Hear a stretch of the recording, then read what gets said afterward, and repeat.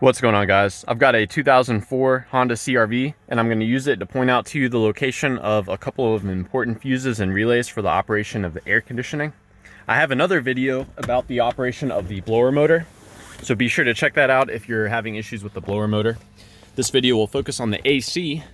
So first fuse I want you to check, it's going to be behind this cover here. You turn both of these to the right, and then there's a clip on this side which is going to be on there pretty solidly, but it will pop out. So with that out of the way, we're gonna go in here and there is a 10 amp fuse for you to check, number 14. And it's gonna be this one right here. This actually provides power to a couple of different relays. And it also provides power to this unit here. So if none of the lights are coming up, that's definitely a good one to check.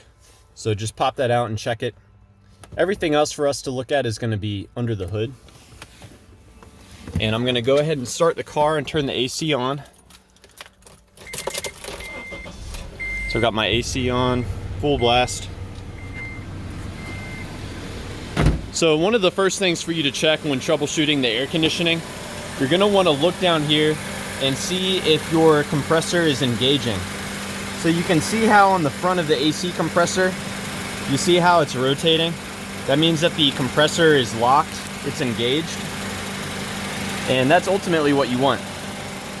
Now the fuses and relays are going to be in here. So first, focusing on the AC compressor. The relay for that compressor is going to be this one right here. So you can try tapping on it as a troubleshooting step. Or if your horn works, you know your horn relay works, so you can swap in your horn relay as a troubleshooting step. Now to remove this, you're gonna have to basically get in there and kind of start prying on it.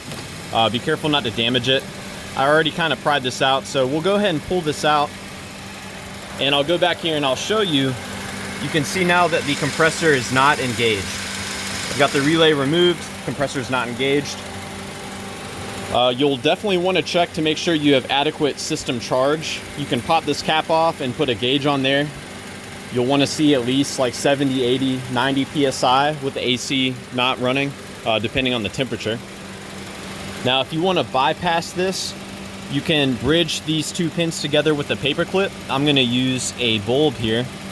So if I throw this in there, I'm getting both the power and a ground. You see my bulb illuminating, and I can hear the compressor kicking on. So we'll head back over here. You can see that my compressor is now engaged.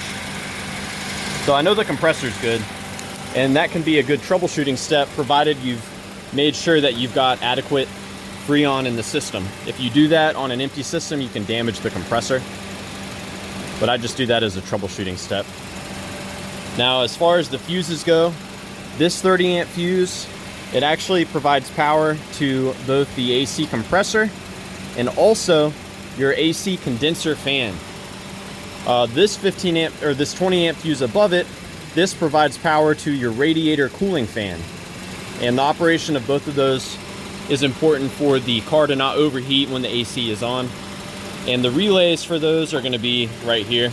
So this bottom relay, that is going to be your radiator cooling fan. And this, that is going to be your AC condenser fan.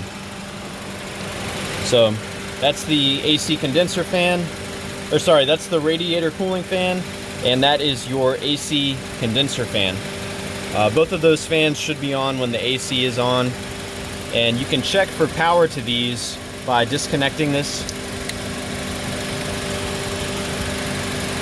And you can, again, use the bulb trick. You can throw a bulb in there and see if it's getting power. So if your bulb is not receiving power, you need to look elsewhere. If you are getting power here, but the fan's not kicking on, then you need to condemn that fan as a bad fan. So one final thing, and this is not related to the AC, this is more related to the cooling system and how the Honda prevents itself from overheating. There is a piece at the bottom of the, and you can see here, this fan is actually no good. I'm getting power to it, but it's not coming on, and turning it by hand, it's stiff. So I've actually just discovered that this fan is no good. Anyways, back to the cooling system. There's a piece way down here at the bottom of the radiator. that little switch right there, that is actually a switch that sends it sends a ground to both of the relays here when the car's temperature exceeds a certain amount. So that's a safety device. Both of those fans should come on when the temperature over exceeds a certain amount, whether or not the AC is on. So yeah, I know I've thrown a lot of info at you guys. I hope it was helpful.